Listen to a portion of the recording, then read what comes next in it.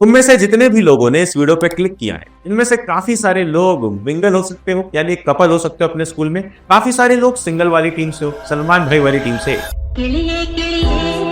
लेकिन तुम सारे ही लोग चाहे किसी भी टीम से हो, एक चीज जरूर मानते होगे कि भैया क्या हो गया अगर हमारा एक रिलेशनशिप है भी तो हम एक प्यारी सी लड़की से अपने थोड़े से इमोशन शेयर कर सकते हैं। लड़कियां सोचती होंगी हम लड़के से थोड़ी अपनी बातें कर सकते हैं जो अपने घर वालों से नहीं कर सकते। ये तो इमोशनल सपोर्ट की बात है, बट तुम्हें नहीं पता कि एक इमोशनल सपोर्ट के चक्कर में तुम जाने अनजाने में अपना दिमाग हाईजैक करवा रहे हो, वो भी बिना परमिशन के। क्योंकि साइंस के मुताबिक एक रिलेशनशिप में छुपा होता है डोपामिन, फोमो, हार्मोनल हाईजैक और इमोशनल ब्रेकडाउन। आज से आज हर एक चीज को एक्सपोज करूंगा, बस इस वीडियो को थोड़ा सा ध्यान से एंड तक देखते रहना, क्योंकि ये वीडियो तुम्हारे रिलेशनशिप का दी एंड नहीं है, इंस्टेड तुम्हारी सक्सेस का ही स्टार्ट होने वाला है।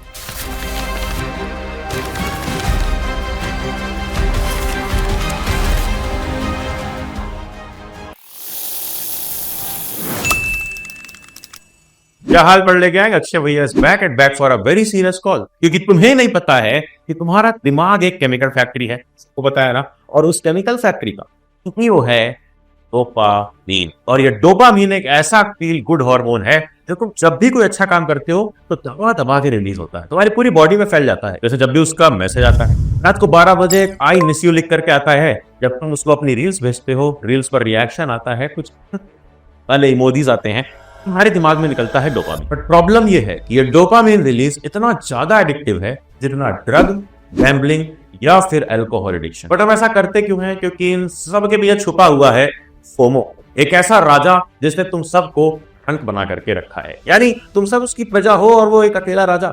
फोमो यानी कि फियर ऑफ मिसिंग आउट। जब भी हम किसी कपल को स्कूल में देखते हैं साथ बैठे हुए, एक ही बेंच पे साथ बैठे हुए, तो हमें लगता है कि यार हम कब तक अकेले बैठे रहेंगे, हम कब तक सिंगल रहेंगे। जब हम देखते हैं इंस्टाग्राम स्टोरीज पे 2 months together, 3 months together, 6 months together, तो हमें लगता है वो टुगेदरनेस कितनी ज्यादा अच्छी रही होगी। बट हमें पता ही नहीं है कि इस टुगेदरनेस में जो भी वो टुगेदर है क्या क्या हो दिया। एक रियल स्टोरी बताता हूं मेरे फ्रेंड मोहित की। जब वो नीट की कोचिंग के लिए पढ़ाई कर रहा था तो कोचिंग में उसकी क्रश का एक रात कॉल आता है, उसने कॉल पिक किया और एक कॉल पिक करने के ही साथ सिलसिला शुरू हो जाता है। दिन में गुड मॉर्निंग, रात को मिस यू और लेट नाइट वीडियो कॉल्स का। इसके बाद होता यह है कि उसके मार्क्स मॉक टेस्ट में दिन ब दिन कम होते जा रहे थे। उसने खुद मुझसे बात करी कि यार मैं ये सीरीज लगा रहा हूँ, वो सीरीज लगा रहा हूँ, मैं यूट्यूब पे भी पढ़ रहा हूँ, मैं घर जाके भी पढ़ रहा हूँ, बट मेरे मार्क्स नहीं इंप्रूव हो रहे हैं। उसने एक चीज छुपा ली कि उसका कितना टाइम इसमें इन्वेस्ट हो रहा है। क्योंकि एक रिलेशनशिप में सिर्फ हम फिजिकली इन्वेस्ट नहीं करते हैं, इंस्टेड इमोशनली अपना टाइम, अपना एनर्जी और अपना फ्यूचरिस्टिक इन्वेस्टमेंट को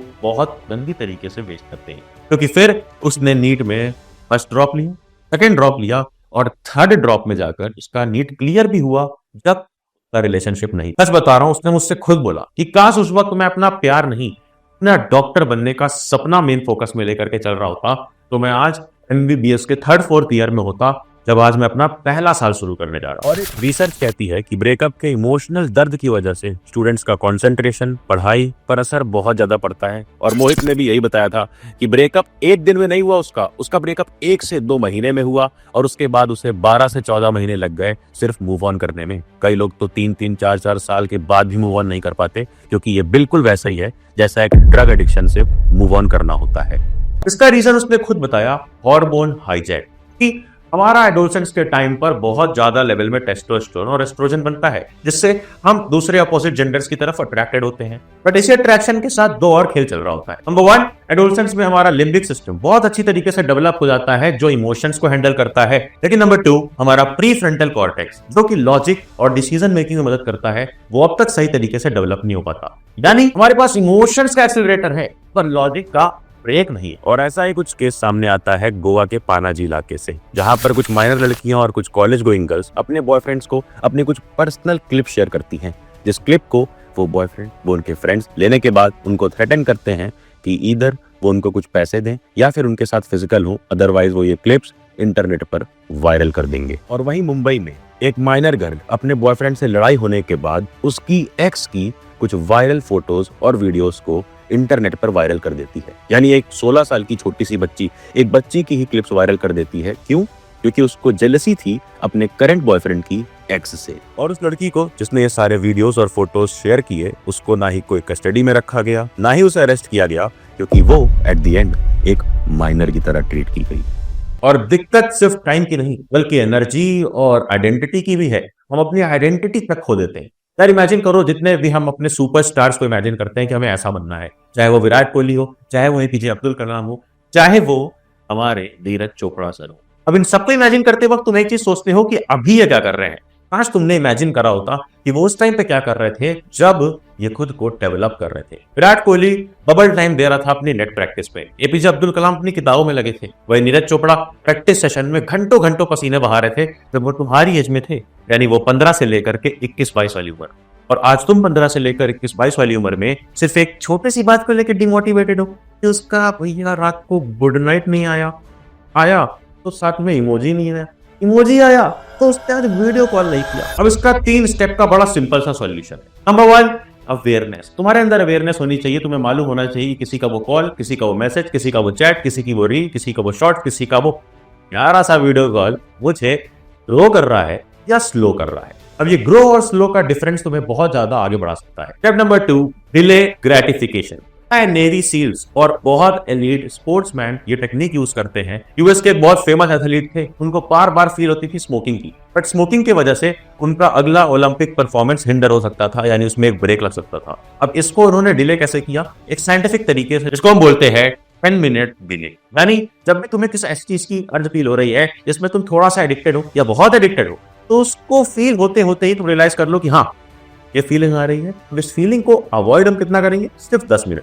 10 मिनट अगर तुमने इस चीज को डिले कर दिया तो तुम सच में उस चीज के बारे में फील करना बंद कर सकते हो और उसको ओवरकम इजीली कर सकते हो। ये बहुत सारे लोग यूज करते हैं और एक ये साइकोलॉजिकल हैक है, इसको तुम भी ट्राई करना और कमेंट में लिखना I will try. Step number 3, the last step is redirect dopamine. अपना ये जो डोपामीन हाइक तुम दे रहे हो अपने रील्स, चैट से किसी और चीज से ना, इसको रीडायरेक्ट करनी है, यानी इस डोपामीन की जगह को बदल देना है। तो लोग बोलते हैं ना कि अपने एनर्जी को रीचैनलाइज करो, यानी एनर्जी को दूसरी जगह पर डालो। कैसे?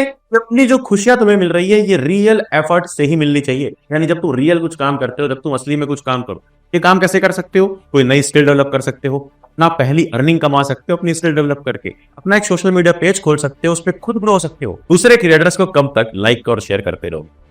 कभी कुछ नया बनाना सीखो। मैंने अपने नए चैनल वाई लक्ष्य पे तुम्हें बहुत सारी वीडियोस में बहुत सारी स्किल वाइज हेल्पफुल चीजें बना करके दी हैं, जाकर सब्सक्राइब करना। अब इस वीडियो से मैं तुम्हें ब्रेकअप करने को नहीं बोल रहा हूं, मैं बस एक बात समझा रहा हूं कि इस वीडियो की रिसर्च करते वक्त मैंने जब एक बुक पढ़ी the laws of human nature, उसमें लिखा था he who masters his emotions become masters of others. और ये लाइन बहुत ही इंपॉर्टेंट है, क्योंकि जब तुम अपनी आइडेंटिटी खुद के काम से, खुद की मेहनत से, खुद के सेल्फ प्रोडक्टिवनेस से बनाते हो, तुम किसी और की आइडेंटिटी नहीं चुराते हो। ये रिलेशनशिप में हम जाके करते क्या है, हम किसी और की वैलिडेशन मांगते हैं। हम उससे मांगते हैं कि हम कितने हैंडसम हैं, कितने गुड लुकिंग हैं, या कितने ज्यादा सेक्सुअली या फिर जेंडर वाइज अट्रैक्टिव हैं किसी और के लिए, जो कि हमें दूसरों की वैलिडेशन देता है, बट हमें वो नहीं चाहिए। इसे खुद के सेल्फ को जगाओ कुछ ऐसा करने में जो तुम्हें आगे जाकर के एक रिस्पॉन्सिबल इंसान बनाए, खुद के लिए भी और अपनी आने वाली फैमिली के लिए। एक बड़े भाई की तरह बता रहा हूं, मैंने बहुत सारे एग्जाम्पल्स देखे हैं, मोहित का एग्जाम्पल सिर्फ एक था। इस टाइम तुम्हारा प्राइम फेज चल रहा है, इसकी एनर्जी को कहीं और रिडायरेक्ट करो जिससे तुम आगे जाकर अपनी फैमिली की कंडीशंस को संभालो, इंस्टेड क्रश का नया कॉल उठाने से। तो कॉल इस बार डिक्लाइन करना है और बोलना है खुद को, मैंने अपने आप को एक्सेप्ट किया, आंसर किया और मैं शुरू करने जा रहा हूं खुद की सेल्फ ग्रोथ प्रोसेस। कमेंट में लिखना प्रोसेस अगर ये वीडियो सच में समझ में आई, और अपने 3 ऐसे फ्रेंड्स जो कि इन चीजों में फंसे हुए हैं उनमें शेयर जरूर करना, नोटिफिकेशन दबा देना ताकि अगली वीडियो मिस ना हो। एंड करना क्या है, सारा पढ़ ले।